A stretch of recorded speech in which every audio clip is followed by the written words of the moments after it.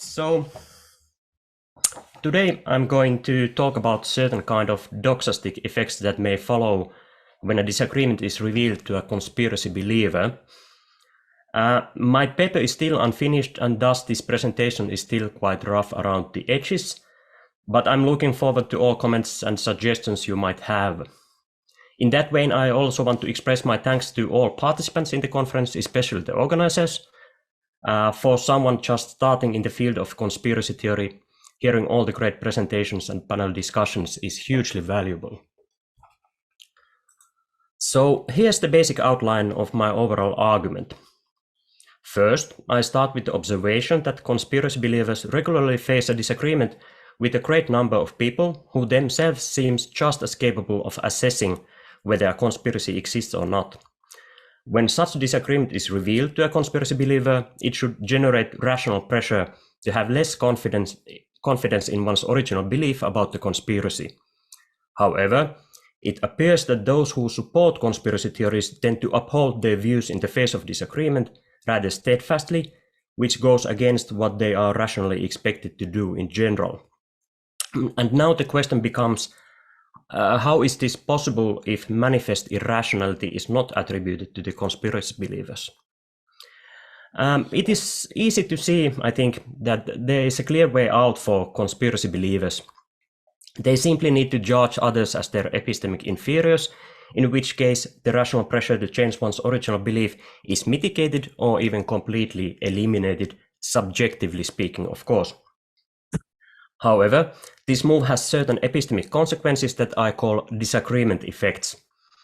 I will return to discuss these effects later, of course, but now it suffices to say that they are predominantly detrimental for individuals' future capacity to arrive at correct judgments. Given that people who support conspiracy theories do not form a homogeneous group, there are important exceptions and complications that stand in the way of making a universal argument about expected disagreement effects. In addition, my overall case rests on certain philosophical assumptions which one might want to contest. By taking these things into account, we get a better sense of the boundaries of a rational debate regarding conspiracy theories. At the end, I will identify and discuss some factors that are plausibly in effect in situations in which the rational pressure to change one's belief is either not generated or it is misdirected.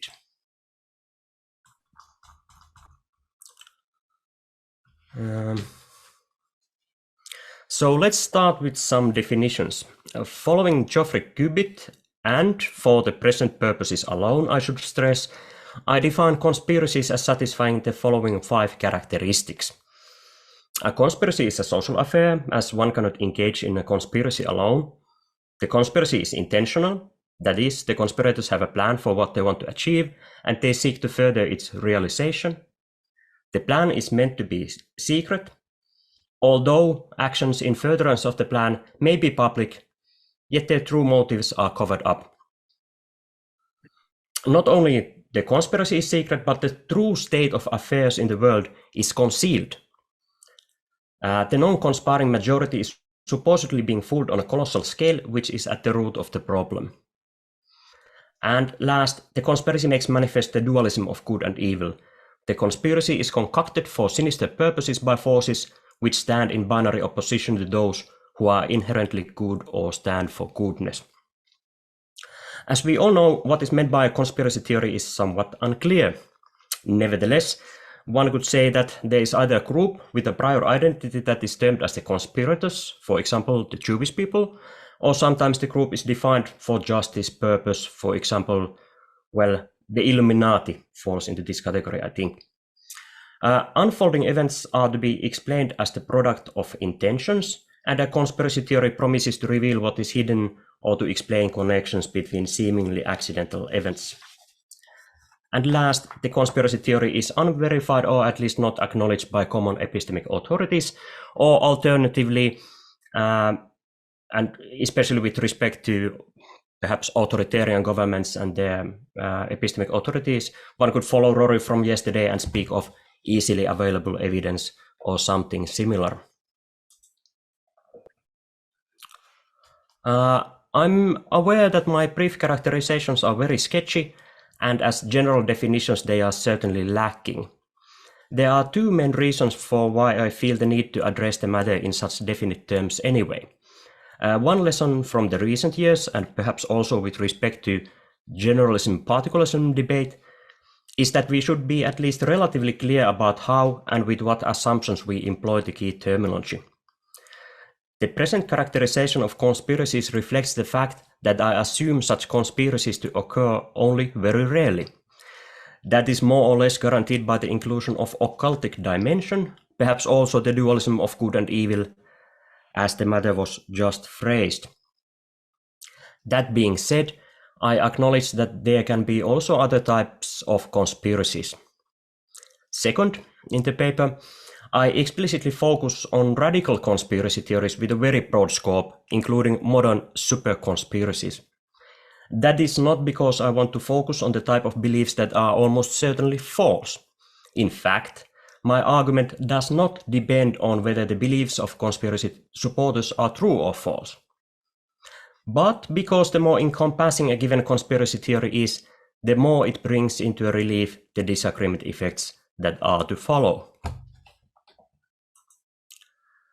So, what is my argument for disagreement effects then?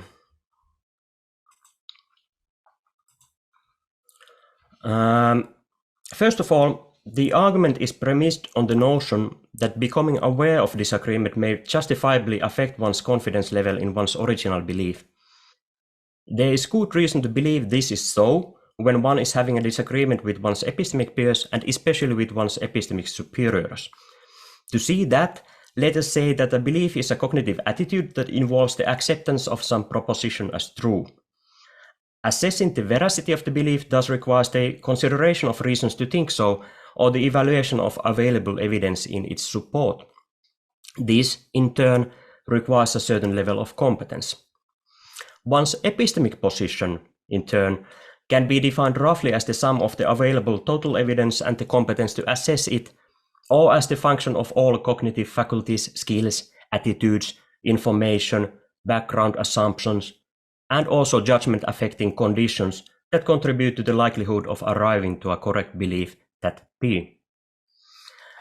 It is uncontroversial to presume that becoming aware of a disagreement with one's epistemic superior should move one towards the belief of the said superior, or at least doubt one's original belief. It is equally uncontroversial to say that having a disagreement with one's epistemic inferior should not really affect one's judgment in most cases.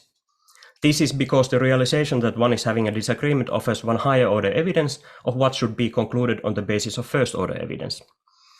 In becoming aware of a disagreement with one's epistemic superior, one has gained new evidence that gives reason to believe that there is a good chance one is wrong. This generates rational pressure to modify one's original belief accordingly. A disagreement with one's epistemic inferior does not force this reflection, because differences in respective judgments can be attributed to differences in respective epistemic positions. In general, it also seems doubtful that the higher order evidence of how someone else in a worse epistemic position makes judgments can really guide to any meaningful direction, unless there is reason to think otherwise, of course. The philosophically tricky situations are disagreements between epistemic peers, that is, the parties that are in the same or similar enough epistemic positions. Here, philosophical intuitions differ on whether one is justified to remain steadfast in one's beliefs, accord equal weight to the beliefs of one's epistemic peer, suspend judgment, or split the difference in credences in some other way. The debate is still, I guess, somewhat ongoing, yet the majority view is that some sort of conciliation between the doxastic attitudes and or confidence levels is required, also in the case of peer disagreements. I take this as the premise of my argument. What I have described should of course also apply to those who believe that a conspiracy exists or that a particular conspiracy theory is correct. When faced with a widespread disagreement, in order to be rational, individuals should reduce their confidence that their conspiracy belief is correct if a group of people disagreeing with them mostly consists of their epistemic peers and superiors. The more there are such people who have independently arrived at their opposing belief, the more it should affect the credence of believing in the conspiracy theory in question. In abstract, it is of course extremely difficult to say anything general about the respective strengths of the epistemic positions of particular conspiracy believers and their particular doubters. To me, the key observation is that if a person judges that others are one's epistemic inferiors, then that person does not actually experience rational pressure to change one's belief.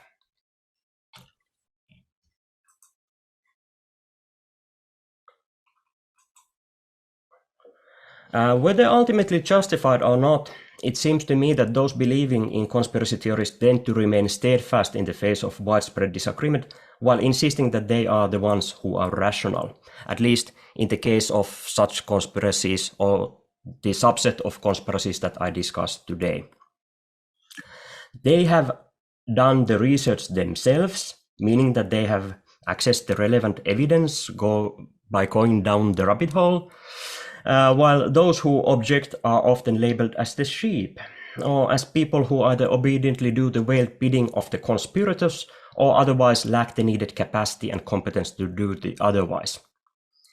In speaking this way, conspiracy supporters look to be saying that others' epistemic positions on the matter are decidedly worse. This is of course merely one way of illustrating the matter, and I don't mean to say that all who support conspiracy theories or believe in them actually behave this way.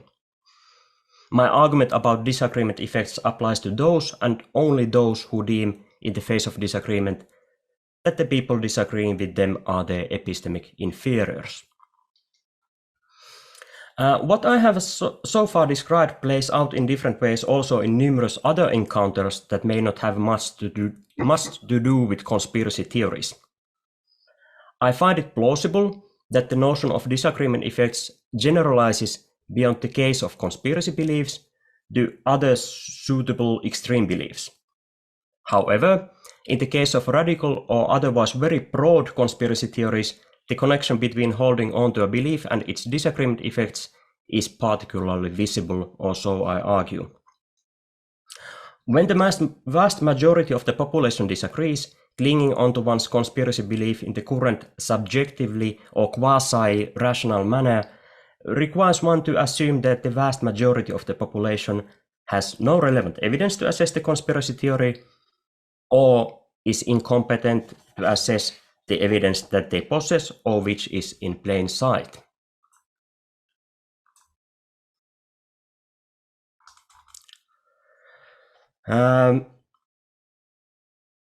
What this amounts to in the case of a radical conspiracy theory, say perhaps the reptilian theory is the most radical of them all, is that the conspiracy believer needs now suppose that the vast majority of the population has no real inkling or grasp of what really contributes to the formation of society structures and institutions, or which are the major driving forces of human history.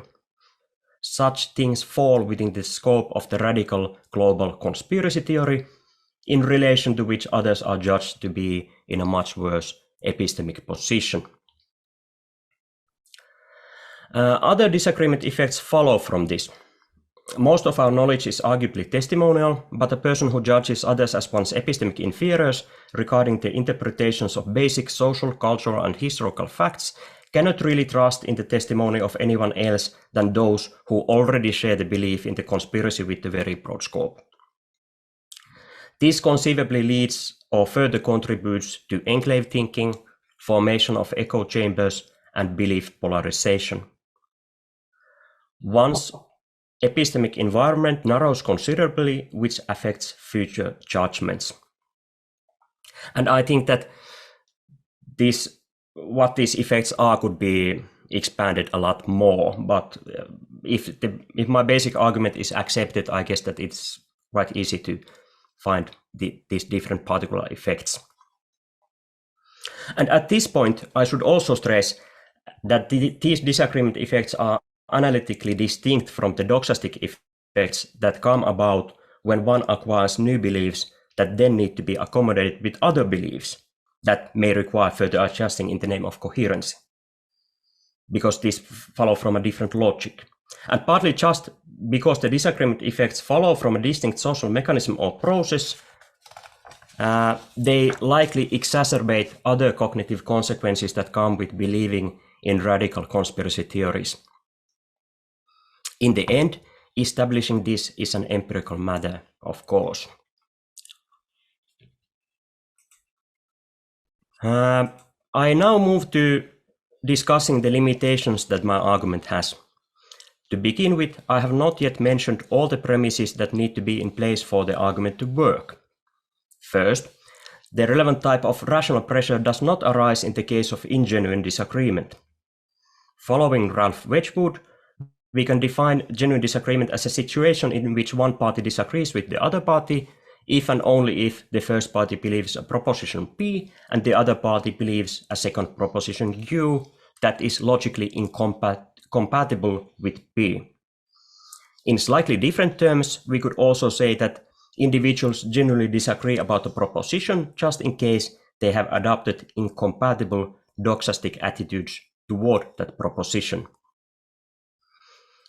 The point here is, of course, is that if the beliefs of disagreeing parties are not incompatible, they both can be right at the same time. In this case, a dissenting belief does not generate rational pressure that someone must be wrong. The scenario which should lead to having less confidence in one's original belief when those who disagree are one's epistemic peers or superiors. The second still unmentioned premise concerns the fact that the relevant type of disagreement is understood in principle as an argumentative exchange that is epistemic. That means that the arguments are conducted for the purpose of finding out what is best supported by the evidence and reasons. By contrast, according to the rhetorical conception, the only purpose of argument is to persuade or convert others with no regard for what is justified objectively. This includes also those cases in which one actually seeks to persuade a third party while having a simulated argument with some other party. What ultimately matters from the standpoint of my argument is that disagreeing parties are responsive to the higher order evidence that comes with being aware of a disagreement. This means that purely rhetorical exchanges in which parties have no concern at all regarding what is epistemically justified fall outside the scope of the argument. I think that the assumption that all disagreeing parties are responsive to reasons and evidence should not be too demanding from the perspective of disagreeing parties, at least. After all, it is what conspiracy theorists and those rejecting their views typically all claim on their part. Be that as it may, these two additional premises point us towards significant complications. The first and more general complication that restricts the applicability of my argument stems from the fact that it is possible to advocate conspiracy theories for various non-doxastic reasons. Such reasons include political, moral, and pragmatic considerations. In general, the conspiracy theories can have quite different functions for people. And for example, some socio-psychological functions that they have include a relief from uncertainty, complexity, and chaos in the form of overall explanation, a perceived self-empowerment in terms of what an individual can even reasonably hope to achieve in the world, a positive spin on one's existing prejudices, gaining new social contacts and receiving recognition from them, or confirmation of one's special status or turning one's socially marginalized position into one of strength. In addition, it is conceivable that in many cases of conspiracy theory advocacy, one simply finds a theory to have some entertainment value.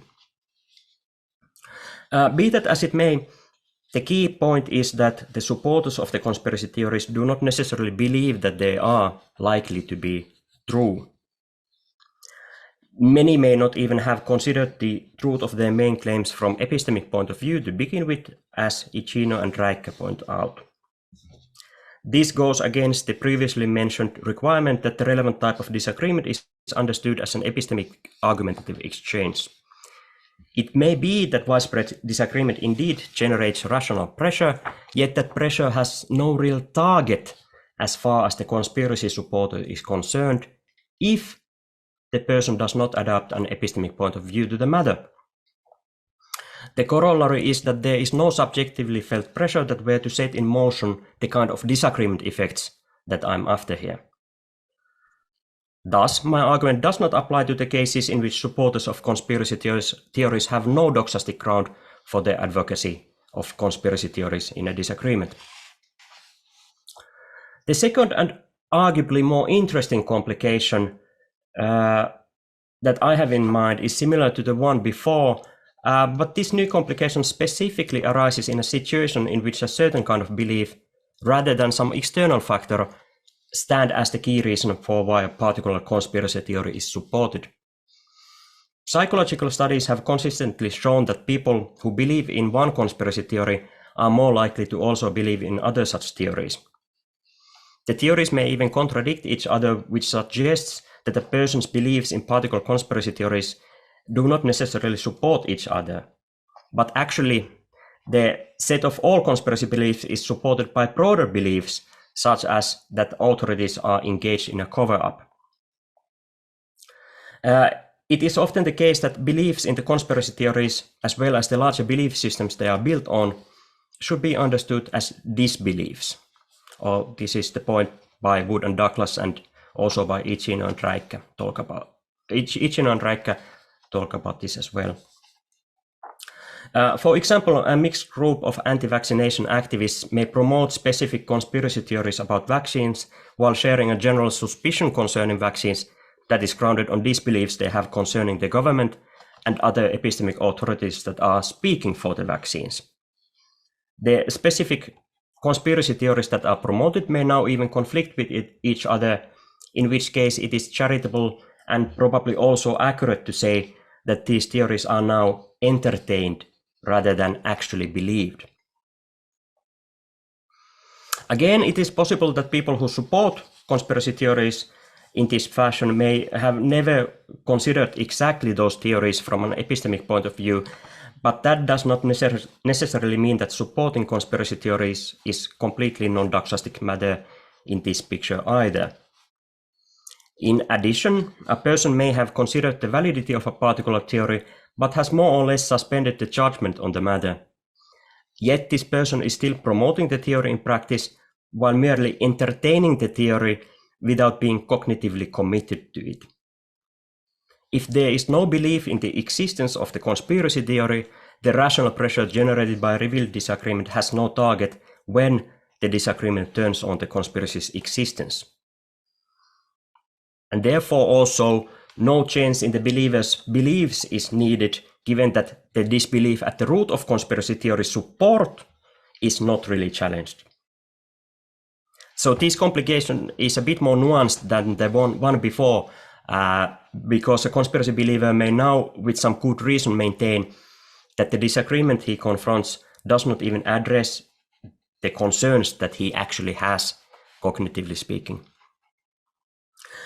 In this case, there are no disagreement effects of the kind I have identified, given that the rational pressure is misdirected. Or we could say that the disagreement fails to be genuine at the cognitive level. Of course, one should add that disagreeing parties may still be completely aware of the human stakes that the disagreement has. So if there is an actual dispute, it can be genuine as a disagreement in interest, but not as a disagreement between incompatible beliefs. And now I'm nearing the end. For the sake of completeness, I should also say that the connection to identity considerations may go a long way in explaining why conspiracy supporters, even with genuine beliefs, may generally remain unconvinced by counter-evidence, however conclusive it may be. What comes to be challenged in practice is not only a particular set of beliefs that can easily be corrected, or not so easily in some cases, but a person's self-image, identity, and a group membership.